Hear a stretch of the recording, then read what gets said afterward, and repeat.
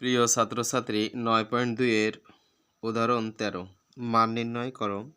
দেখো এখানে 4টা প্রশ্ন দিয়েছে যে ক খ গ ঘ। কতে দিয়েছে 1 minus sine square 45 degree by 1 plus sine square 45 degree plus tan square 45 degree.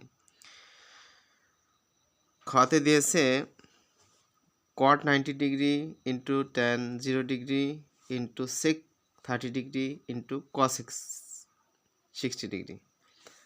গতে দিয়েছে sin 60 degree into cos 30 degree plus cos 60 degree into sin 30 degree. সবগুলো অল্টারনেট দিয়েছে।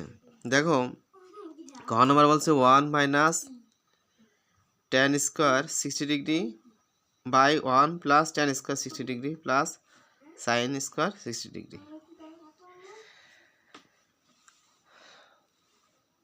দেখো ক নম্বরের সমাধান প্রদত্ত রাশি। আর একটা কথা বলে নেই, সেটা হলো এই অঙ্কটা হলো সৃজনশীল, এই জন্য আমি সম্পূর্ণ অঙ্কটা কমপ্লিটভাবে করে নিয়েছি, নয়তো ভিডিও অনেক বড় হয়ে যায়। তাই একটু কষ্ট করে তোমাদের সহজের জন্য আমি আগে অঙ্কগুলো কমপ্লিটভাবে করে নিয়েছি। দেখো ক নম্বরে আছে 1 minus sine square 45 degree by 1 plus sine square 45 degree plus tan square 45 degree. দেখো আমি শুধু সাইন 45 ডিগ্রির মান বসাইছি যে 1/√2, তাহলে স্কোয়ারটা বসে যায় হোল স্কোয়ার, এভাবে নিচে 1/√2 হোল স্কোয়ার প্লাস tan 45 ডিগ্রির মান কিন্তু 1 পর স্কোয়ার চলে আসবে, তাহলে টেনের পর স্কোয়ার আছে। দেখো এখানে এই স্কোয়ার দ্বারা রুট কেটে যায়, স্কোয়ার দ্বারা কি রুট কেটে যায়, যে স্কোয়ারটা 1ও পাবে, 1 পাইলে 1ই হয়, আর স্কোয়ারের রুট কেটে গেলে 2, এইভাবে 1/2। এখন কিন্তু একটা ভগ্নাংশ চলে আসে, উপরে একটা ভগ্নাংশ নিচে একটা ভগ্নাংশ। আমি সেই নিচের ভগ্নাংশটাকে দেখো এখানে আমি লসাগু নিছি, একটু তোমাদের না দেখালে দেখো কেমন হয়। এখানে আমি 2 নিছি লসাগু, 2 লসাগু নিলে পরে দেখো এই 1 আছে, 1-এর নিচে একটা 1 ধরবা। মনে মনে যে কোনো সংখ্যা, একটা পূর্ণ সংখ্যা থাকলে ভগ্নাংশের সাথে তার নিচে একটা 1 ধরতে হবে। সেই 1 দ্বারা আমি যদি 2-রে ভাগ করি তাহলে উত্তর কত হয় বলো? 2 হয়। সেই 2 ভাগফল, সেই ভাগফল উপরে লব দ্বারা গুণ, লব আছে কত? 1, 1 দ্বারা গুণ করলে কত? 2। ওকে 2 মাইনাস 2-2-র মধ্যে 1 বার যায়, 1 দ্বারা 1 গুণ করলে 1। দেখো সেম কাজটাই নিচে শুধু প্লাস, শুধু কি বলো? প্লাস। দেখো যা যদি হয় তাহলে 2 থেকে 1 চলে গেলে কি বলো? 1 থাকে, তো 1/2, আর এই 2 আর হলো +1, তাহলে কত? +3। তাহলে 1/2 3/2 +1। এটা কিন্তু 4 তলা বিশিষ্ট হয়ে গেছে, যেহেতু আমরা 4 তলা বিশিষ্ট অঙ্ক পূর্বে কাজ করছি, তাহলে সেক্ষেত্রে আমরা একটু ওই পাশে দেখি। দেখো 1/2টা আমরা, দেখো 1/2টা কিন্তু আমরা রেখে দিছি, 1/2 রাখছি, বাক্সটা আমরা গুণ দিয়ে দিছি, তাহলে হর চলে আসে লবে, লব চলে আসে হরে, তাহলে এই 2 আর 2 কেটে যায়, উপরে 1 থেকে নিচে 3। এখানে কিন্তু আর একটা ভগ্নাংশ এসে দাঁড়িয়ে, দেখো এখানে ভগ্নাংশ, তাহলে 3 আমরা লসাগু নিতে পারি। 3 দ্বারা আমরা এই হর দ্বারা ভাগ করে, হর আছে কত? 3, 3 মধ্যে 1 বার যায়, 1 দ্বারা 1 গুণ করলে 1 প্লাস এই 1-এর নিচে একটা 1 ধরবা, 1 ধরলে 1 দ্বারা যদি 3-রে ভাগ করো তাহলে 3 আনসার হয়। সেই 3 দ্বারা উপরে 1 গুণ করলে 3 ওকে 3, 1 প্লাস 3, 1 প্লাস 3, তাহলে 4/3। দেখো এখানে প্রদত্ত রাশি খ নম্বর, এটা হচ্ছে 4/3, এটা আনসার। খ নম্বর হচ্ছে প্রদত্ত রাশি, এখানে সব অঙ্ক গুণ। দেখো শুধু আমরা মান বসাইছি অঙ্কটার মান বসায়। দেখো এখানে cot 90 degree, tan 0 degree, sec 30 degree, cosec 60 degree. এখানে 90 ডিগ্রি মান কত? 0, এটা 0 ডিগ্রি মান 0, এনে 30 ডিগ্রি মান কত? 2/√3, এখানে cos 60 ডিগ্রি মান 2/√3।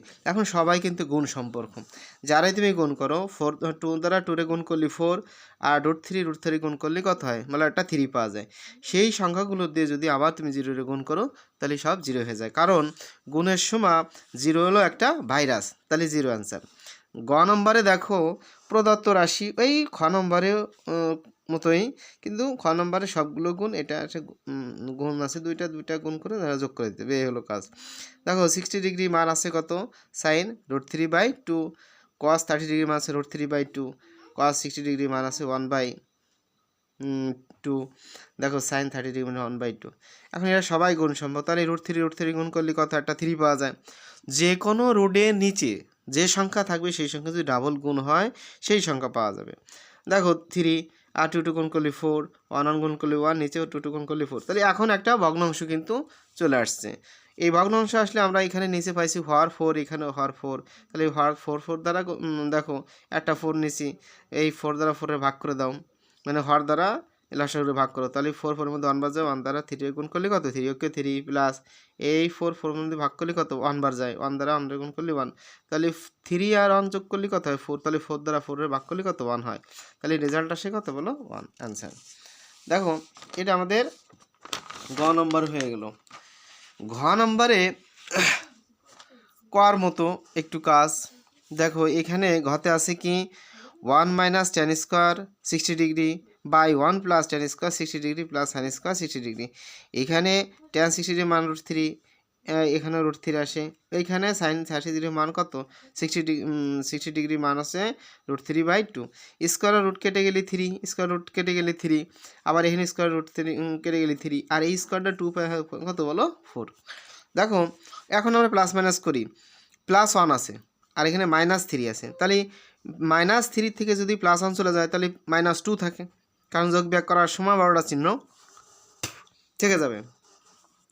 দেখো তাহলে -2/4 আর 1 কত 3, সরি 3 আর 1 হলো 4, আর এখানে 3/4। তাহলে দুইটা হরই কিন্তু সেম আসে, তাহলে আমরা একটা হর নিয়ে নেব 4।